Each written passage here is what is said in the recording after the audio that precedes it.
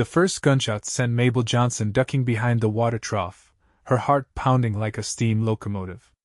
It wasn't meant for her, just another drunken cowboy emptying his revolver into the sky outside her father's general store, but in Cottonwood Springs, Arizona Territory, 1878, a woman never took chances. "Mabel!" Her father's voice carried across the dusty street. "Get yourself back inside this instant!" At 22, Mabel was well past the age when most women in town had married and started families of their own.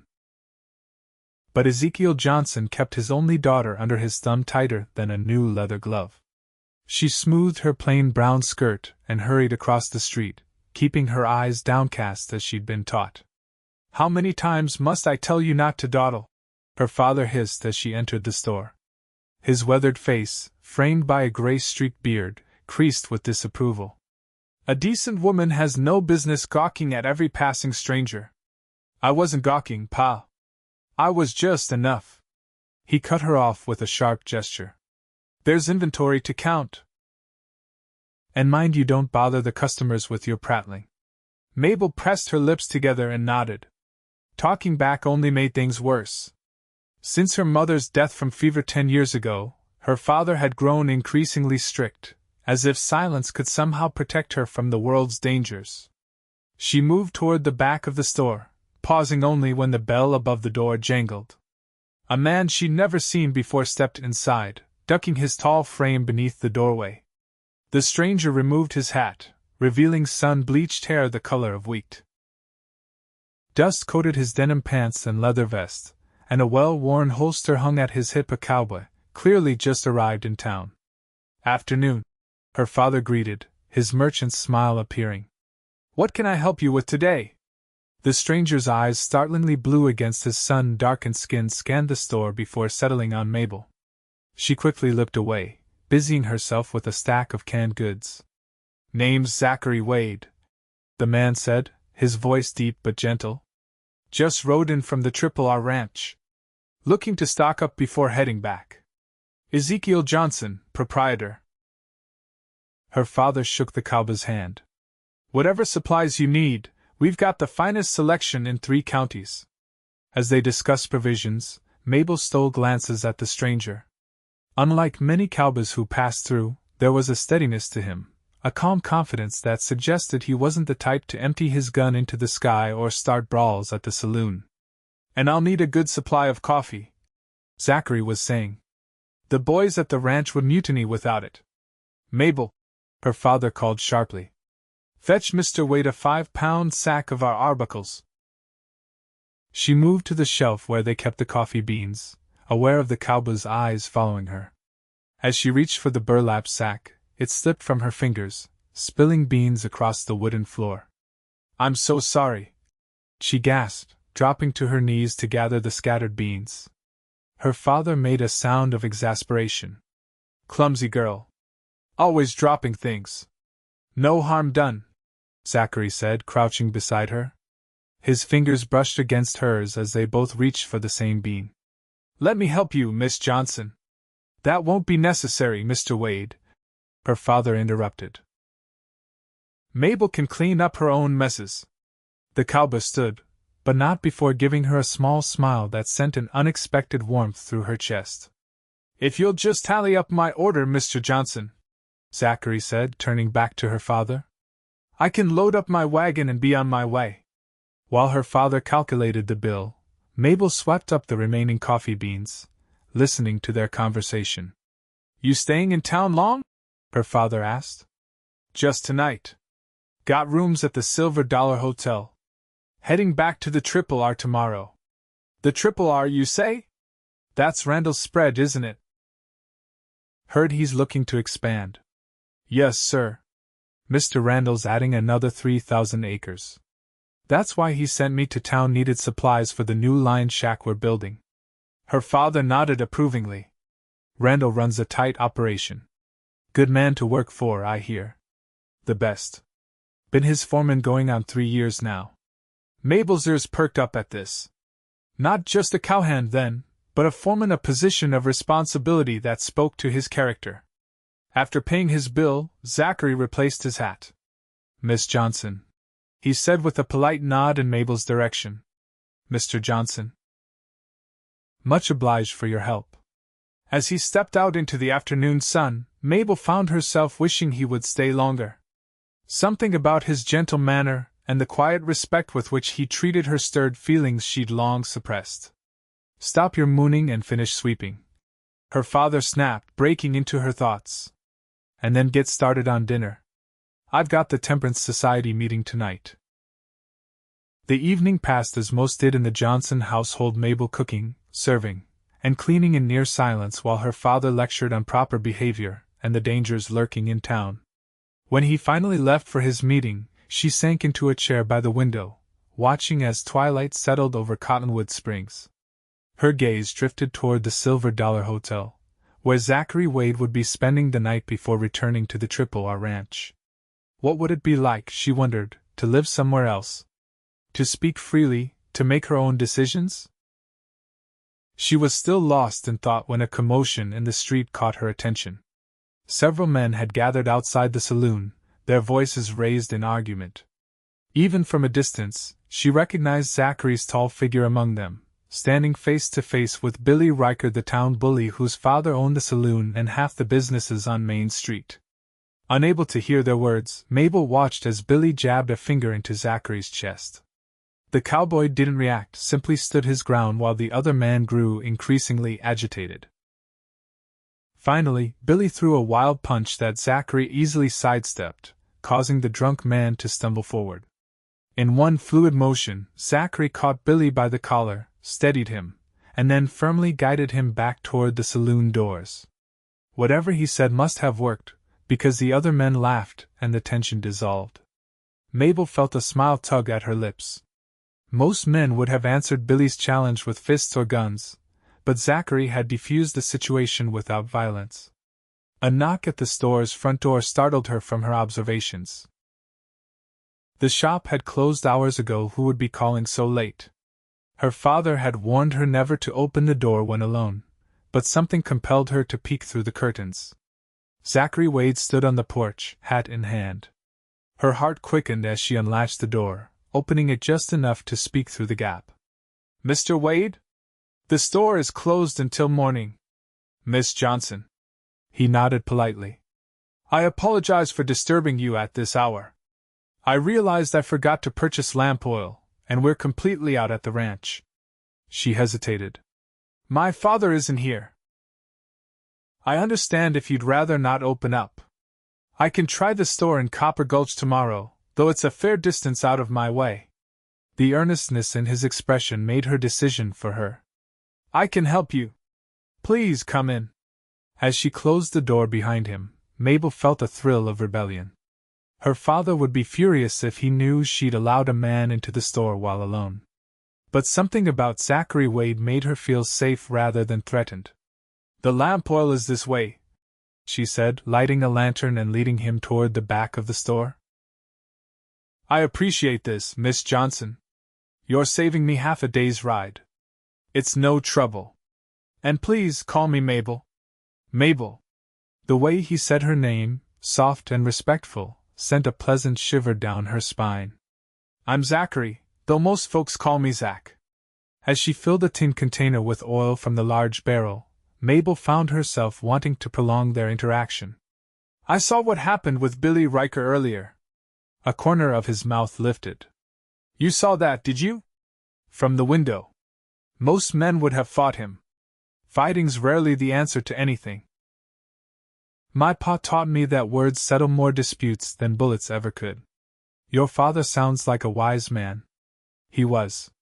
A shadow crossed Zachary's face. Lost him last winter to pneumonia. I'm sorry. I lost my mother when I was 12. It changes things. He nodded, understanding in his eyes. That it does. An awkward silence fell between them as she finished filling the oil can and replaced the tap on the barrel. When she turned back, she found him studying her with an intensity that made her cheeks warm. What? She asked, self-consciously touching her hair. Nothing. It's just. He paused, seeming to choose his words carefully. You don't talk much, do you? The observation caught her off guard. My father doesn't approve of women who chatter. And what do you approve of, Mabel Johnson? The question stunned her. No one had ever asked what she wanted or thought before. I don't know. Before he could respond, the front door rattled, and her father's voice boomed through the shop. Mabel! Why is the lantern lit? Are you still awake? Panic flashed through her. My father, he can't find you here. Zachary nodded quickly. Is there a back way out? Through the storeroom. She thrust the oil can into his hands and hurried him toward the rear of the shop. Hurry! As they reached the back door, he paused. Mabel! Please go! She whispered urgently. I'll be back tomorrow before I leave town. He pressed a silver dollar into her palm. For the oil. Then he was gone, slipping into the darkness just as her father entered the storeroom. What are you doing back here? Ezekiel demanded, his eyes narrowing with suspicion. I thought I heard mice. Pa was just checking the flour sacks. He stared at her for a long moment, then grunted. Get to bed. Dawn comes early, and those shelves won't dust themselves. That night, Mabel lay awake long after her father's snores filled the house, her thoughts consumed by a pair of blue eyes and the promise of tomorrow. Morning brought the usual routine: lighting the stove, preparing breakfast, sweeping the porch before opening the store. But today, every jingle of the bell above the door made her heart leap, only to sink again when the customer wasn't Zachary. By noon, she began to wonder if he'd already left town. Her father noticed her distraction and assigned her to the back room, taking inventory of news shipments, a task that kept her from watching the street. The afternoon stretched endlessly as she counted crates of canned goods, marked ledgers, and arranged boxes on shelves. When her father finally called her to mind the counter while he visited the bank, she seized the opportunity to position herself where she could see anyone approaching the store. Just as she was losing hope, the door swung open, and Zachary stepped inside. His face brightened when he saw her. Mabel, he said, removing his hat. I was afraid I'd miss you. I thought perhaps you'd already left for the ranch, she admitted. Not without saying goodbye. He glanced around the empty store. Your father? At the bank. He'll be back soon. Zachary nodded, understanding the limited time they had. I wanted to thank you again for last night. And to ask. He hesitated, then seemed to gather his courage. Would you write to me? At the R? The request took her breath away. Write to you? Just as friends, he added quickly. I enjoyed talking with you, brief as it was. Thought maybe we could continue our conversation that way. A letter would be something just for her, a secret connection to the world beyond her father's walls. I'd like that. His smile lit up his entire face. Good. That's good. The bell above the door jangled, and they both turned to see her father entering, his expression darkening as he spotted Zachary. Mr. Wade, he said coldly. What brings you back to my establishment? Zachary recovered quickly. Just picking up a few last items I forgot yesterday, sir. Jerky for the trail. Her father's suspicious gaze shifted between them. Mabel, fetch Mr. Wade his jerky. The smoked beef, not the venison. As she wrapped the dried meat in paper, her fingers trembled slightly. When she handed the package to Zachary, he deliberately brushed his hand against hers, slipping a folded piece of paper into her palm. Much obliged, Miss Johnson, he said formally, paying for his purchase. Mr. Johnson, good day to you. Once he'd gone, her father turned to her with narrowed eyes. That cowboy's been sniffing around here too much for my liking. He's just a customer, Pa, she said, tucking the note into her pocket. See that he stays that way. Men like that are only after one thing from a respectable girl. Now get back to that inventory. That evening, by the light of a candle in her bedroom, Mabel unfolded Zachary's note with trembling fingers. His handwriting was surprisingly neat for a cowboy. Mabel, if you decide to write, address your letters to Z. Wade, R Ranch, Cottonwood Springs. I'll look forward to hearing your thoughts, all of them. Respectfully, Zachary, she traced her fingers over the words, especially the last line. All of them. As if her thoughts mattered. As if she had something worth saying. That night she began her first letter, pouring onto the page all the things she'd never been allowed to say aloud. 2 weeks passed before she found the courage to mail it, slipping away during a delivery run to post it without her father's knowledge. Another week went by with no response, and she began to think Zachary had forgotten her or changed his mind. Then one afternoon, while her father haggled with a traveling salesman in the storeroom, the town's postmaster stopped by. "Letter for Miss Johnson," he announced, holding out an envelope. "All the way from the Triple R Ranch." She snatched it quickly, tucking it into her apron pocket before her father could emerge. "Thank you, Mr. Peterson." That night, she read Zachary's response by candlelight, drinking in every word. He wrote of ranch life, of breaking horses and mending fences, of spectacular sunsets over the mountains and nights so clear the stars seemed close enough to touch. But most importantly, he asked questions about her thoughts, her dreams, the books she read, and the world as she saw it. Over the following months, their correspondence continued. Each letter from Zachary ended the same way: "Write more. Tell me everything." And slowly, Mabel found her voice on paper, sharing thoughts she'd never dared speak aloud. She wrote about her mother's death and how it changed her father. About the books she secretly read when the store was quiet adventures and romances that transported her beyond Cottonwood Springs. About her dream of someday seeing the ocean, which her mother had once described as the most beautiful thing God ever made. In his replies, Zachary never judged or dismissed her thoughts as foolish. Instead, he encouraged her, sharing his own experiences and dreams. Through his words, she glimpsed a different kind of life, one where a woman's voice was valued, not silenced. As summer turned to fall, Mabel began to recognize something changing within herself. Each letter gave her courage, a small rebellion against her father's control. She started speaking up more in the store, offering suggestions about inventory and displays that her father, surprisingly, sometimes implemented. One crisp October morning, the bell above the door rang, and Mabel looked up from arranging a display of winter gloves to find Zachary standing there, more handsome than her memory had preserved. "Zach!" The name slipped out before she could stop herself. Her father's head snapped up from his ledger. "Mr. Wade. Didn't expect to see you back in town. Mr.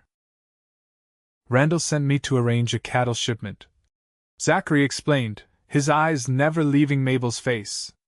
"Thought I'd stop by and see how you folks are faring." "We're managing just fine," her father said curtly.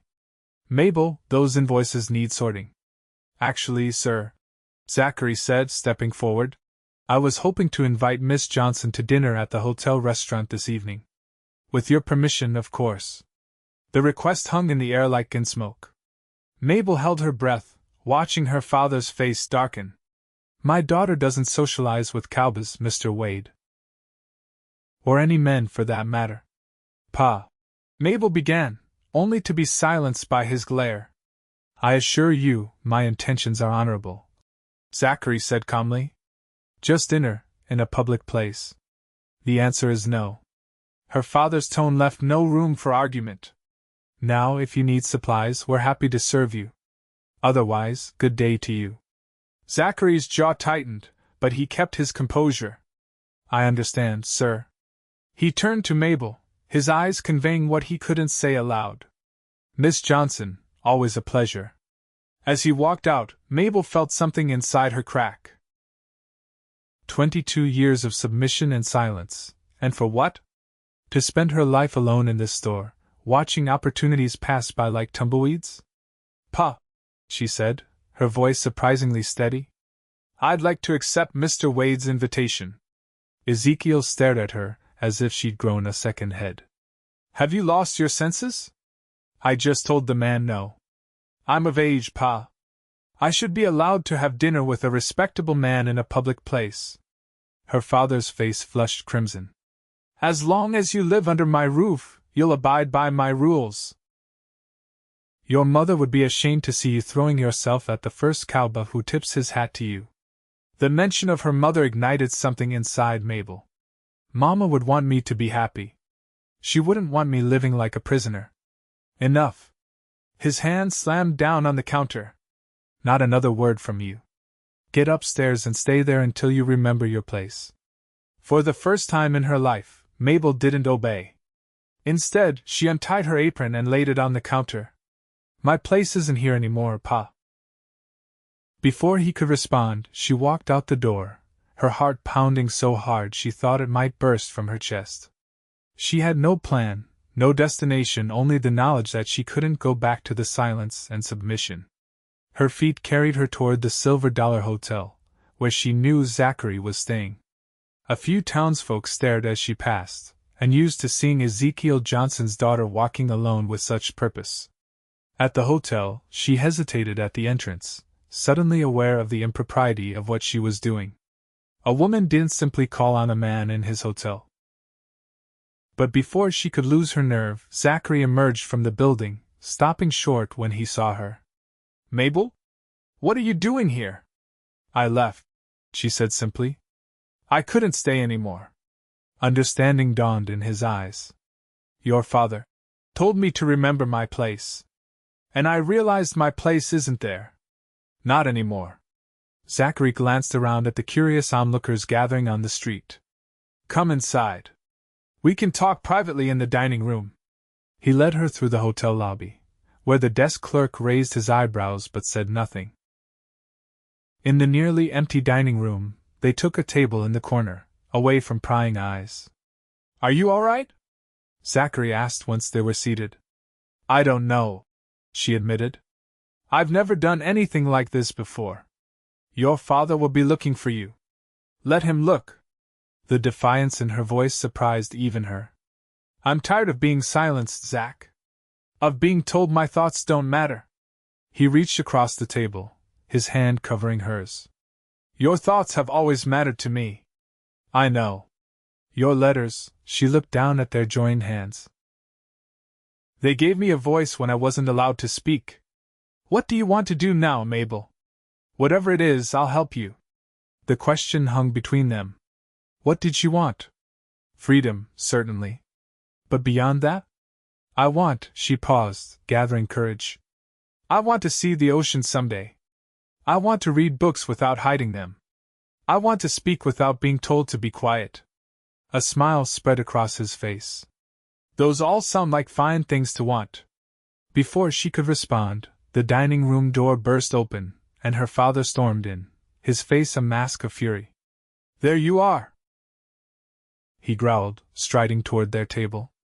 Making a spectacle of yourself, running after this cowboy. Mabel felt Zachary tense beside her, but she squeezed his hand, silently asking him to let her handle this. I'm not running after anyone, Pa, she said, her voice remarkably calm. I'm having a conversation with a friend. Friend? Her father spat the word. You've disgraced yourself and this family. Now get up and come home before I drag you out of here. A few hotel guests had turned to watch the confrontation. The shame that would normally flood Mabel at such public attention was notably absent. Instead, she felt strangely calm. No, she said. The single word fell like a stone between them. Her father blinked, as if unsure he'd heard correctly. What did you say to me? I said no, Pa. I'm not going back. Ezekiel's face darkened. You ungrateful girl. After everything I've done to protect you, you haven't protected me. Mabel interrupted, rising to her feet. You've imprisoned me. There's a difference. How dare you, my pa's never let me speak, she said, the words pouring out now. Not since Mama died. It's like you thought if you could keep me quiet, keep me hidden away, nothing bad would ever happen to me. Her voice softened slightly. But that's not living, Pa. That's just existing. Zachary stood beside her, his presence solid and reassuring. Mr. Johnson, your daughter isn't being disrespectful. She's just asking to be heard. Stay out of this, cowboy, Ezekiel snarled. This is family business. The way you're carrying on in public makes it everyone's business," Zachary replied evenly. Her father looked around, suddenly aware of the spectacle he was creating, the very thing he'd accused Mabel of doing. Some of the fight seemed to go out of him. "Mabel," he said, his voice lower but still hard. "If you don't come home right now, don't bother coming back at all. You choose this man over your own family, and you're no daughter of mine." The ultimatum hung in the air between them. Mabel felt a piercing sadness, but not the paralyzing fear she'd expected. "That's not a fair choice, Pa," she said softly. "I'm not choosing Zachary over you. I'm choosing myself." For the first time in my life. Her father stared at her for a long moment, then turned and walked out without another word, leaving a heavy silence in his wake. Mabel sank back into her chair, trembling now that the confrontation was over. "I can't believe I just did that." Zachary sat beside her, not touching her but close enough that she could feel his warmth. "You were magnificent. I've nowhere to go now," she realized aloud. "No home, no job." "That's not true," he said. "You have choices now. More than you've ever had." She looked at him questioningly. "You could stay in town, find work at the dressmaker's or the schoolhouse," he suggested. "Or leave Cottonwood Springs entirely, start fresh somewhere else. Those are possibilities," she agreed. "But what about you? Where do you fit in all this?" A hint of color touched his cheeks. "Wherever you want me to, Mabel. These past months, your letters, they've come to mean everything to me. But I don't want to be just another man telling you what to do." She studied his face, seeing the sincerity there. "What if I wanted to go to the RRR? Would there be a place for me there?"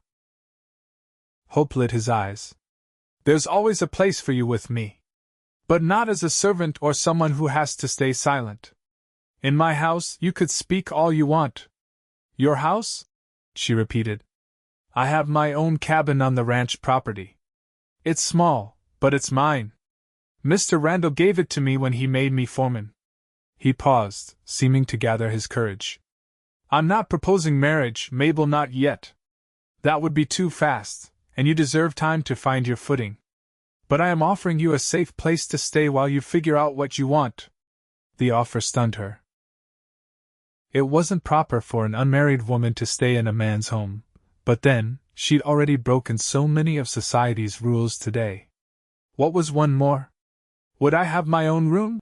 she asked. "Of course. There are 2 bedrooms. It would be completely respectable." He smiled slightly. "Well, as respectable as possible under the circumstances. People will talk. People always talk. Question is, do you care what they say?" Did she? All her life, she'd been bound by the fear of gossip, of being seen as improper or rebellious. But those chains had been broken the moment she walked out of her father's store. "No," she decided. "I don't think I do. Not anymore." Relief washed over his face. "Then come to the RRR. Stay as long as you like, leave whenever you want. No obligations, no expectations. Except one," she said softly. "What's that?" "That you'll let me speak my mind, even when we disagree." His smile deepened. "Especially when we disagree. Those are the times I most want to hear what you have to say."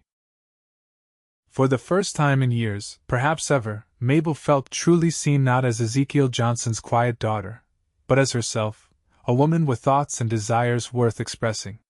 "When do we leave?" she asked. "First light tomorrow." He hesitated. "You'll need some things. Clothes, personal items. Everything I own is at the store. I could go with you, help you pack." She shook her head. "No. This is something I need to do myself." That evening, after Zachary arranged a room for her at the hotel, Mabel walked back to her father's store. The closed sign hung in the window, unusual for this hour. She used her key to enter, finding the main room dark and empty. "Pa?" she called, but received no answer. Upstairs in their living quarters, she found him sitting in his chair by the cold fireplace, a glass of whiskey in his hand, something she'd rarely seen him touch. Come to get your things? He asked without looking up. Yes. She stood awkwardly in the doorway. I don't want us to part like this, Pa. How did you expect us to part? With my blessing? He took a sip of whiskey. You've chosen your path, girl. A path your mother would weep to see. Mama would want me to be happy. Happy? He finally looked at her, his eyes red-rimmed. You think running off with some cowboy will make you happy? When he tires of you, when there's no respectable marriage, when you're ruined, will you be happy then? Zachary's not like that, she said firmly. And I'm not running off with him. I'm finding my own way. At his ranch? In his house? Her father laughed bitterly. Don't be naive, Mabel. I'm not being naive. I'm being brave. There's a difference. He fell silent, staring into his glass. I'll always be your daughter, Pa, she said softly. That doesn't change just because I'm leaving. It already has changed. He set down his glass. Get your things and go. The store opens at 6 tomorrow, same as always. Recognizing the dismissal, Mabel went to her room and packed what little she owned: 2 dresses besides the one she wore, undergarments, a hairbrush, the leather-bound journal her mother had given her, and the bundle of Zachary's letters tied with a blue ribbon. Everything fit into a single carpet bag. As she reached the bottom of the stairs, her father's voice stopped her. Mabel! She turned, hoping for some softening, some final words of affection. Instead, he held out a small cloth pouch. Your mother's brooch and earrings. They were meant for you anyway. She took the pouch, recognizing it as the closest thing to a blessing she would receive. Thank you, Pa. Be careful, he said gruffly. The world isn't kind to women alone. I won't be alone, she replied. And I'm stronger than you think. As she stepped out into the night, Mabel felt the weight of her past lifting.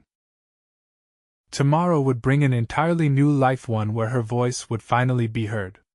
Dawn had barely broken when Mabel met Zachary in front of the hotel, her carpet bag in hand. He'd already loaded the wagon with supplies and was helping the stable boy hitch up the horses. Are you sure about this? He asked as he took her bag, his eyes searching her face for any sign of doubt. I've never been more sure of anything, she replied. The journey to the Triple R ranch took most of the day, following a winding trail that led them away from town and into rugged, beautiful country. As they traveled, Mabel felt herself relax, speaking more freely with each passing mile. She told Zachary about her confrontation with her father, about the small inheritance from her mother, about her fears and hopes for the future. He listened attentively, asking questions but never interrupting or dismissing her thoughts. By the time they crested the final hill overlooking the ranch, the setting sun bathed the valley in golden light. Below them stretched a sprawling operation, a large main house, bunkhouse, barns, corrals filled with horses, and cattle grazing in the distance. It's beautiful, Mabel breathed. Home, Zachary said simply. Or at least, it has been for the past 3 years. As they approached, a stocky man with silver-streaked hair emerged from the main house, watching their arrival with curious eyes. That's Mr. Randall, Zachary explained. I sent word ahead about you coming, but he's wondering what kind of woman rides off with his foreman. Mabel finished for him. Zachary gave her a sidelong glance. Something like that. He brought the wagon to a stop near the main house, jumping down to help Mabel descend. Several cowboys had paused in their evening chores to watch, their expressions ranging from surprise to frank curiosity. Wade, Randall called as he approached. Successful trip to town, I see. Yes, sir. Got everything on your list. Zachary stood tall beside Mabel. Mr. Randall, this is Miss Mabel Johnson. Mabel, this is my boss, Richard Randall. Miss Johnson. Randall tipped his hat politely, his shrewd eyes taking her measure. Welcome to the Triple R. Thank you for having me, Mr. Randall, she replied, suddenly conscious of how this must appear to the ranch owner. Zach explained your situation in his note, Randall said, his voice neutral. Not my place to judge a person's family troubles. But I do run a respectable operation here. Yes, sir, Mabel said. I understand. Good. He turned to Zachary. Your cabin's the other side of that ridge.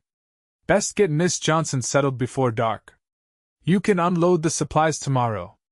Zachary nodded. Thank you, sir. As they climbed back into the wagon, Mabel felt Randall's eyes following them. He doesn't approve, she whispered. He's cautious, Zachary corrected. But fair. Give him time to know you. The cabin sat a quarter-mile from the main ranch buildings, nestled against a stand of pine trees. It was small but sturdy, with a front porch and chimney. As promised, inside were 2 bedrooms, a main room with a fireplace, and a kitchen area with a cast-iron stove. It's not much, Zachary said as he lit the lamps, illuminating the simple but clean interior. But it's peaceful. Mabel walked through the rooms, running her fingers over the wooden table, the bookshelf with its modest collection of volumes, the quilt-covered bed in what would be her room. It wasn't fancy, but it felt more like a home than the rooms above her father's store ever had.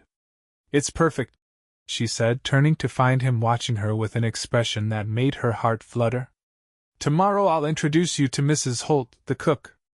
She can help you get settled, show you where everything is. Will the other men, the Cowboys, will they think badly of me? Zachary shook his head. They'll be curious at first. But they're good men. They'll take their cue from me and Mr. Randall. That night, after a simple supper cooked on Zachary's stove, they sat on the front porch watching stars appear in the vast sky. The silence between them was comfortable, filled with the sounds of night insects and distant cattle. I keep waiting to feel guilty, Mabel admitted. Or scared. But mostly I just feel free. Zachary looked over at her, his face half shadowed in the lantern light. Freedom takes some getting used to. After my pa died, I felt the same way. Like I was waiting for someone to tell me what to do next. How did you handle it? One day at a time. Made mistakes. Learn from them. He smiled. Found my way eventually. And now you're helping me find mine. You'd have found it with or without me, Mabel. You're stronger than you know. She thought about that, about the courage it had taken to walk away from everything familiar. Maybe he was right. Maybe she was stronger than she'd believed. What happens now? She asked softly. Now you live, Mabel. You speak your mind. You make your own choices.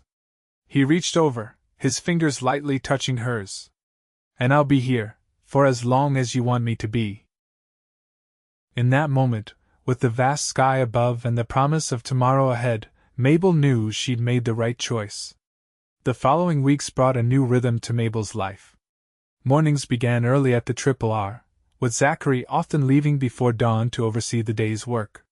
She would prepare breakfast, then spend her days learning the routines of ranch life.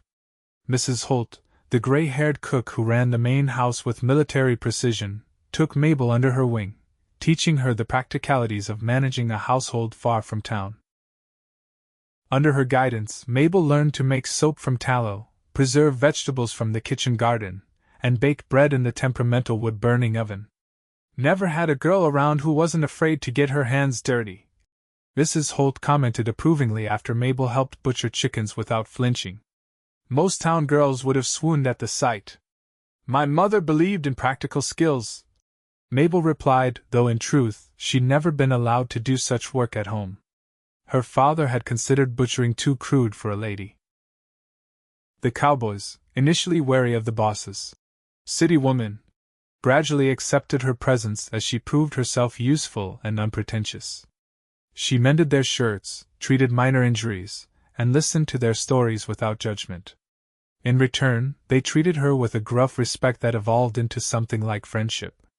Mr. Randall remained reserved but courteous, watching her integration into ranch life with thoughtful eyes. One evening, as Mabel delivered a fresh baked pie to the main house, he invited her to sit on the porch while he enjoyed a slice. "You've surprised me, Miss Johnson," he admitted, savoring the apple filling. "When Wade first mentioned bringing you here, I had my doubts." "I understand," Mabel said. It wasn't a conventional arrangement. No, it wasn't. He set his plate aside. But I've known Zachary Wade for 3 years, and he's the finest foreman this ranch has ever had. His judgment about cattle, horses, whether it's never steered me wrong. Seems his judgment about people is just as sound. The compliment warmed her. Thank you, Mr. Randall. He cares for you a great deal. The older man continued. Never seen him look at anyone the way he looks at you. Mabel felt her cheeks flush. The feeling is mutual. Randall nodded, as if confirming something to himself. Good. This ranch needs more good women. Civilizing influence and all that. Throughout these weeks, Mabel's relationship with Zachary deepened in the quiet moments they shared, evenings by the fire, Sunday rides across the ranch lands, conversations that stretched late into the night. He never pressed for more than she was ready to give, treating her with a respect that made her love him all the more. And it was love, she knew that now. Not the desperate infatuation of a sheltered girl, but something steadier and stronger, built on shared values and mutual respect. One crisp November evening, as they sat on the porch watching the sunset paint the mountains, Mabel broke a comfortable silence. I had a letter from my father today. Zachary turned to her, surprised. What did he say? She pulled the single sheet from her pocket. Not much. Just that the store is doing well, and Mrs. Peterson from the church asked after me. Is that all? He wrote that his door is always open, if I should come to my senses. She folded the letter carefully. It's not much, but it's something. A month ago, he wouldn't even say my name. Zachary nodded. Time has a way of softening even the hardest hearts. I've been thinking about writing back, she admitted. Not to apologize for leaving, but to let him know I'm well. That I'm happy here. Are you? Zachary asked, his voice suddenly serious. Happy here? Mabel looked at him, this man who had given her space to find herself, who listened when she spoke and valued what she said. Yes. Happier than I've ever been. Relief washed over his features. Good. Because I've been wanting to ask you something. Her heart quickened as he reached into his pocket and withdrew a small wooden box. I carved this myself, he said, placing it in her hands. Not as fine as something from a jeweler's shop, but it's beautiful, she whispered, running her fingers over the intricate patterns etched into the pine. Open it. Inside, nestled on a scrap of velvet, lay a ring, a simple gold band with a small pearl set in the center. It was my mother's, Zachary explained. Pa gave it to me before he died, said to save it for when I found a woman worth spending my life with. He took a deep breath. I've found her, Mabel. If you'll have me. Tears sprang to her eyes. Are you asking? I'm asking you to marry me. He took her hands in his. Not because you need my protection or because it's what society expects. But because I love you. Because I want to build a life with you, hear your thoughts every day. Grow old listening to you speak your mind. Mabel's heart felt too full for her chest. In the months since leaving her father's house, she'd discovered her own strength, her own voice. She'd proven to herself that she could survive independently. But with Zachary, she didn't just survive, she thrived. Yes, she said, the word carrying all the certainty of her heart. Yes, I'll marry you. His smile outshone the setting sun as he slipped the ring onto her finger, then drew her into his arms for a kiss that promised a lifetime of being heard, being valued, being loved. They were married 2 weeks later in a simple ceremony at the ranch, with Mr. Randall giving the bride away and Mrs. Holt weeping openly in the front row. To Mabel's surprise and joy, her father arrived just before the ceremony began, stiff and formal in his Sunday suit but present nonetheless. You look like your mother, he said gruffly as they stood awkwardly in the decorated barn. Thank you for coming, Pa, she replied, reaching for his hand. He cleared his throat. This Cowboy, he treats you well? Better than well. He listens to me. Values what I have to say. Something like regret flickered across her father's face. That's good. That's what you deserve. When Zachary approached, Ezekiel extended his hand. "You take care of my daughter, Wade." "Every day of my life, sir," Zachary promised, his grip firm. After the ceremony, as friends and ranch hands celebrated with music and dancing, Mabel found a moment alone with her father. "Will you stay a while?" she asked. "Get to know Zachary better?" Ezekiel shook his head. "Store needs tending. But perhaps," he hesitated, "perhaps you both might visit town sometime. When you're not too busy with ranch life." It was an olive branch, small but significant. "We'd like that, Pa." That night, as Mabel and Zachary stood on the porch of their cabin, now truly theirs together, she looked up at the star-filled sky and felt a profound sense of rightness. "What are you thinking?" Zachary asked, his arm warm around her waist. "That this is just the beginning," she replied. "That we have a lifetime of conversations ahead of us." He smiled, pulling her closer. "I can't wait to hear every word." Spring 1880, the wildflowers carpeted the hills surrounding the Triple R Ranch in a riot of color: bluebonnets, Indian paintbrush, and golden poppies nodding in the gentle breeze. Mabel Wade sat on the front porch of the cabin she shared with her husband, a half-finished letter to her father in her lap, watching as Zachary demonstrated to their infant son how to gentle a young colt. "See how you approach slow and steady, Matthew?" Zachary was saying, holding the 6-month-old securely in one arm while extending his other hand toward the nervous foal. "Animals can sense when you're afraid or angry. Gentleness wins their trust faster than force ever could." The baby gurgled in response, reaching pudgy fingers toward the colt, who cautiously stretched his neck to investigate this tiny human. Mabel smiled, her heart full to bursting at the sight of her two loves together. In the year and a half since she'd left her father's store, her life had transformed in ways she could never have imagined. Marriage to Zachary had brought not only love and companionship but a true partnership. When Matthew was born the previous November, her husband had been beside her through the long labor, his steady presence a comfort in her pain. Now, as spring renewed the land around them, Mabel felt herself blooming as well. No longer the silent girl who'd fled Cottonwood Springs, she'd found her voice as Zachary's wife, as Matthew's mother, and as a valued member of the ranch community. Mr. Randall had even asked her to help with the ranch accounts, recognizing her skill with numbers from her days in her father's store. 3 mornings a week, she worked in the main house office, Matthew sleeping in a basket beside her desk. "That boy's going to be a horseman like his pa, Mrs. Holt commented, joining Mabel on the porch with 2 cups of coffee. "If Zachary has any say in the matter, certainly," Mabel agreed, accepting the offered cup. "Thank you for watching him this morning while I finished the payroll." "Shaw." The older woman waved away her thanks. "That child's a joy, not a burden. Besides, someone's got to teach him to bake, and his father burns water." They shared a laugh, watching as Zachary now let the colt sniff Matthew's feet, the baby squealing with delight at the ticklish sensation. "Your father's coming for a visit next week, isn't he, Mrs. Holt asked. "Yes. His first since the wedding." Mabel's relationship with her father had slowly mended over the past year, especially after Matthew's birth. The gruff storekeeper had arrived bearing a hand-carved cradle, his eyes suspiciously damp as he held his grandson for the first time. "Been thinking," he'd said to Zachary during that visit. "The store's getting to be too much for one man. Might be looking for a partner someday. Someone with a head for business."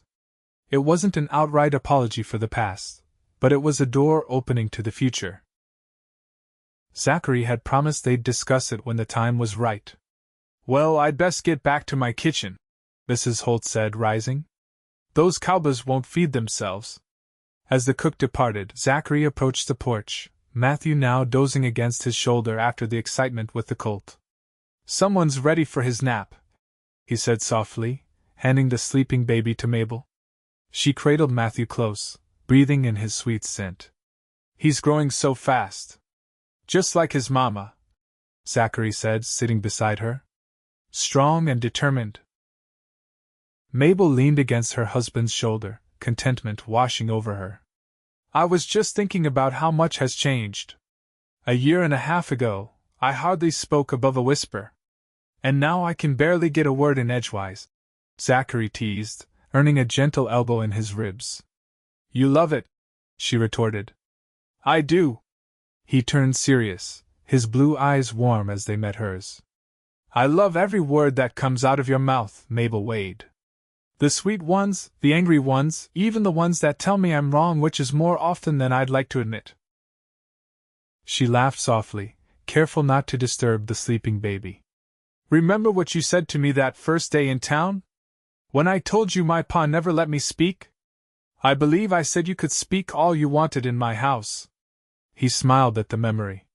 Best offer I ever made. And the best one I ever accepted. She glanced down at their son, then back to her husband's beloved face. I never thought I'd have this a voice, a choice, a family of my own. You have all three now, Zachary said, his arm tightening around her shoulders. And anything else you set your mind to. As the afternoon sun bathed the ranch in golden light, Mabel thought about the letter in her lap, her weekly update to her father about life at the R. Unlike the silence of her childhood, these letters flowed easily, filled with stories of ranch life, Matthew's latest achievements, and her own growing confidence. Her father's replies had grown longer too, less stiff with each passing month. In his last letter, he'd even mentioned selling the store, perhaps moving closer to his grandson. What are you thinking about? Zachary asked, noticing her contemplative expression. Mabel smiled, the words coming freely as they always did now. About how sometimes the bravest thing a person can do is speak their truth. And how finding someone who listens can change everything. Zachary pressed a kiss to her temple. Keep speaking, Mrs. Wade. I'll be listening for the rest of our days. As Matthew stirred against her chest, his tiny hand curling around her finger, Mabel knew this was what freedom truly meant, not just the absence of constraint, but the presence of love, of purpose, of a voice that had always been hers to claim. In the home she shared with Zachary, her words would never be silenced again.